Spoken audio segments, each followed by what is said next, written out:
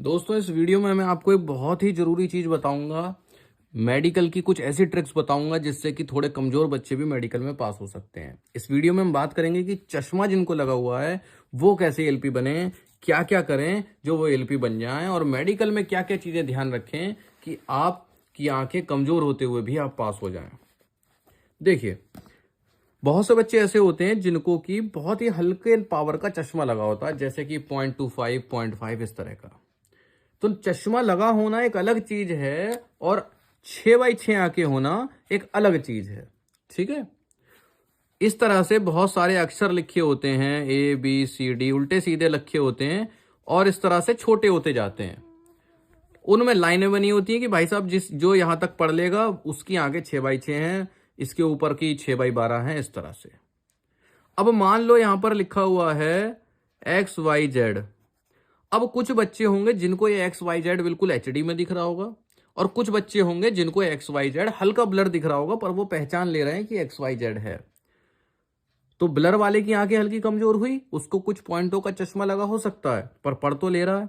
तो चश्मा लगा होने के बावजूद भी आपकी आंखें 6x6 हो सकती हैं। इसके लिए आपको क्या करना है? अगर आपको हल्की फुल्की पावर का चश्मा लगा है तो पहली बात तो कुछ इस तरह के देसी इलाज अपनाने जिससे कि आपकी आंखें और अच्छी हो जाए, जैसे कि अपने खान पान में बदलाव करना, फायदे वाली चीजें खाएं जो कि आंखों को फायदा पहुंचाएं। ठीक। जब आपका CBT 2 हो जाए तो अगला स्टेप मेडिकल का ही होगा। तो CBT 2 के बाद आसपास के 2-3 हॉस्पिटलों में जाएं, सरकारी हॉस्पिटल में जाएं और आंखें चेक कराएं। आपको वहां पर बताएंगे कि आपकी आंखें 6x6 हैं। 2-3 जगह जब आपकी चेक हो जाएंगी तो आपको कॉन्फिडेंस आ जाएगा कि हाँ, मेरी आंखें 6x6 हैं। और एक चीज समझ लीजिए, लेफ्ट राइट दोनों में से एक आंख हमेशा हल्की सी कमजोर होती है, दोनों आंखें बराबर नहीं होती। तो आप ये चिंता नहीं करनी है जब आप टेस्ट कराने जाएं, अरे यार मेरे को लेफ्ट से तो साफ दिख रहा था पर राइट से मेरे को हल्का सा कम दिख रहा था, ये सब चिंता नहीं करनी है, वो सभी के साथ होता है।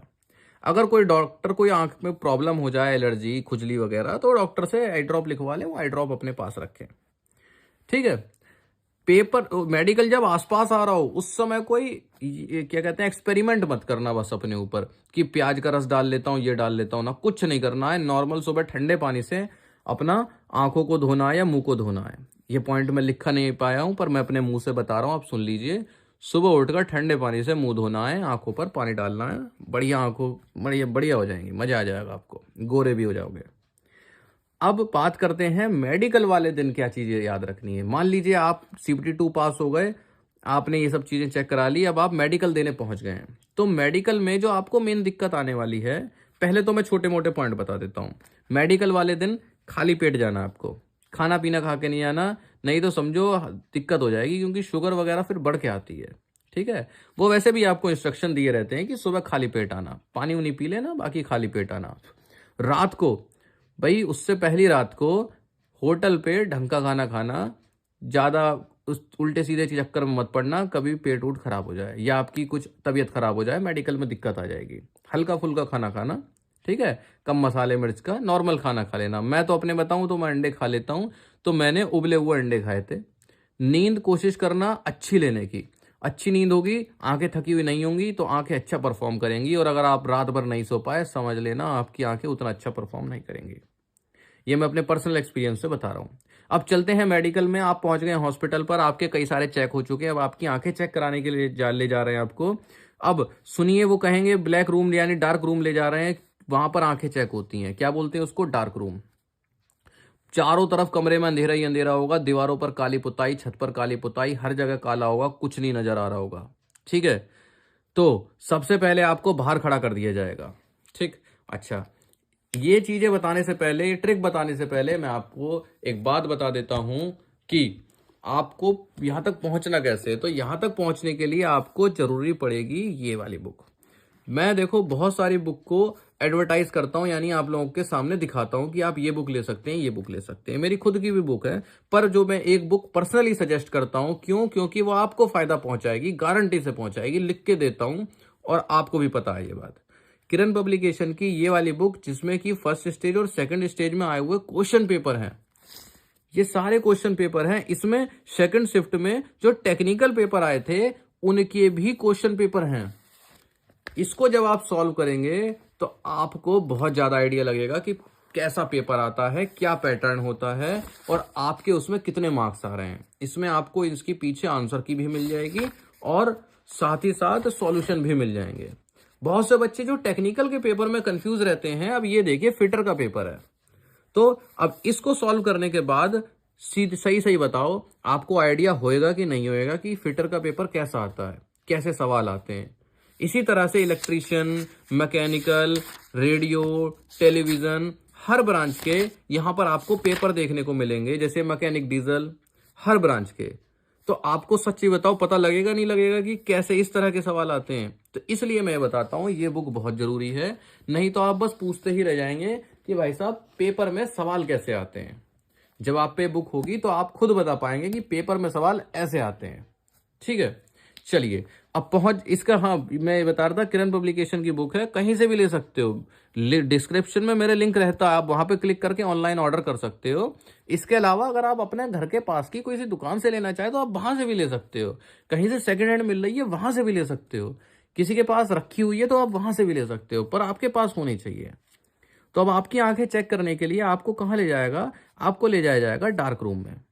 डार्क रूम, अब देखो जब भी आप घर में रोशनी से अंधेरे में आते हो तो आपकी आंखों को एडजस्ट होने में कुछ समय लगता है कि नहीं लगता है। आपकी आंखों का परफॉर्मेंस कम हो गया नहीं हो गया। अब मान लो 3 बच्चों को अंदर ले गए, 3 में से 2 को कह दिया तुम दीवार की तरफ मुंह करके खड़े हो जाओ, और पहले को बैठा लिया कि तुम बैठो कुर्सी पर, जैसे ये देखो कुर्सी पर बैठा हुआ है, बोले तुम बैठो कुर्सी पर और ये अक्षर पढ़ो। अब जब तुम रोशनी से आओगे, अब मान लो वो तुम ही बंदे हो जो पहले जिसको बैठा लिया, अब जब तुम रोशनी से आओगे सीधे अंधेरे कमरे में और पढ़ने को बैठा दिया जाएगा, उसमें भी आपकी एक आंख बंद कर दी जाएगी, तो आपको कद्दू दिखेगा? कुछ नहीं दिखेगा। थोड़ी देर लगती है आंखों को एडजस्ट होने में यार। अगर आपके साथ ऐसा हो जाए तो आपको क्या करना है, क्या तैयारी लेके चलनी है। पहली बात तो 2 दिन से पहले से ही अपने आंखों पर काला चश्मा चढ़ा लो, रौले में घूमो अजय देवगन बन के, कोई दिक्कत वाली बात नहीं है। इससे आपकी आंखें थोड़ी सी अडेप्ट होंगी डार्क के लिए। जब आपको बाहर ले जाकर खड़ा किया जाएगा रूम के, थोड़ी देर आप खड़े रहेंगे, तो वहां पर आप ज्यादा घूमो फिरो मत, बाहर मत जाको। इससे अच्छा है कि आप आंखें बंद करके खड़े हो जाओ, आंखें बंद करके खड़े हो जाओ दीवार के बाहर। भाई रूम के बाहर भी तो, जब भाई आपका 6ठा रोल नंबर है तो शुरू के 5 बच्चे जितनी देर में होकर आएंगे तब तक आप बाहर खड़े रहोगे ना, तो वहां के मजे ना लेके आप आंखें बंद कर लो अपनी। ठीक है, जब आप रूम में जाएं तो कुछ समय लें, ये नहीं कि उसने कहीं पढ़ो तो तुरंत सब कुछ, तुरंत थोड़ा थोड़ा समय लो यार, हर चीज में धीरे धीरे बैठो, हर चीज धीरे धीरे करो। उससे क्या होगा, आपकी आंखों को एडजस्ट होने का टाइम मिलेगा। इसके बाद ये तो हो ही गया, डार्क रूम के बाहर आंख बंद करके बैठे रहे। इसके बाद अब देखो मेन ट्रिक होती है, यहां पर आपको कहा जाएगा स्टूल पे बैठ जाओ। अब कुछ बच्चे होंगे स्टूल पर यहां अपनी तशरीफ टिका देंगे और सीधे होके बैठ जाएंगे। अब यहीं पर ट्रिक्स समझनी है आपको कि इस तरह से नहीं बैठना है। बैठना कैसे, जैसे ये बैठा हुआ है, ठीक है, जैसे ये बैठा हुआ है। इसने क्या किया हुआ है, ये स्टूल के पीछे की जगह पहली बात तो अगले की आगे की तरफ बैठा हुआ है, तो ये इतना डिस्टेंस कम हो गया नहीं हो गया, थोड़ा सा आगे बढ़ गया, 1 फुट का या आधे फुट का इसको एडवांटेज मिल गया। ऊपर से सीधा ना होकर टेढ़ा होकर बैठा है, और एडवांटेज मिल गया। तो करीब करीब 2-3 फीट का अंतर आ जाता है, और इन 2-3 फीट में आपकी आंखें, मतलब आप खुद महसूस करेंगे कि हाँ वहां से आपको नहीं दिख रहा था पर यहां से आकर आपको ये अक्षर दिख रहे हैं। तो ये एक बहुत अच्छी ट्रिक है कि जब भी आपको स्टूल पर बैठाया जाए तो आप आगे की तरफ बैठें और आगे की तरफ थोड़ा सा झुक जाएं, जिससे कि आप लिखे हुए अक्षर पहचान पाएं। ये आपको बहुत इंपॉर्टेंट मिलेगा। इसके बाद देखो यहां पर आपकी एक एक आंख चेक करी जाएगी। मान लो पहले दाएं चेक कर ली तो बाएं बंद कर देंगे। मान लो वो कहता है आपसे कि आप अपनी एक हाथ पर हाथ रख लें, ठीक है, तो भैया हाथ जब रखो तो उसको दबाओ मत, आंख को सिंपल रखो इस तरह से, जिससे कि आपकी आंख पर कोई जोर ना पड़े। क्यों? क्योंकि जब आप दूसरी आंख बंद करके इसको खोलोगे और अगर आपने पहले जोर डाला हुआ है तो वो फिर से एडजस्ट होने में कुछ टाइम लेगी, तो उसको दबाना नहीं है। अब इसमें बहुत सारे बच्चे ऐसे होंगे जो फेल हो जाएंगे, आंख में, बीपी में, शुगर में, ईसीजी में, कुछ भी चीज में, तो आपको 3 बार रीमेडिकल का मौका मिलता है। हालांकि ये बहुत ही परेशानी वाला प्रोसीजर है, क्योंकि यार देखो नौकरी लगने की बात होती है और आप किसी चीज में बाहर हो जाते हो, आपको बहुत बुरा लगता है ना। बीपी, शुगर, आंखें, जिस चीज में भी बाहर हुआ है आपको बहुत बुरा लगता है, चक्कर काटने पड़ते हैं। आप 50 लोगों के साथ आए थे, 40 खुशी खुशी चलेगा टेंशन फ्री होकर, और आप 10 लोग हैं जो चक्कर काट रहे हैं, बुरा लगता है। पर रीमेडिकल का मौका मिलता है, मेडिकल में मैंने बताया खाली पेट आना है, ठीक है, रात को भी हल्का खाना और नींद लेनी है मजे से पेल के, कोई टेंशन नहीं लेनी। तब तक तो आपके एग्जाम वगैरह तो सब कंप्लीट हो ही जाएंगे। तो ये वीडियो हर बच्चे के लिए मेडिकल के समय बहुत इंपॉर्टेंट होएगी। ये जो मैंने ट्रिक्स बताई हैं ये आपकी गारंटी से काम आएंगी। उम्मीद है आपको ये वीडियो अच्छी लगी होगी। अच्छी लगी तो कमेंट में बता देना।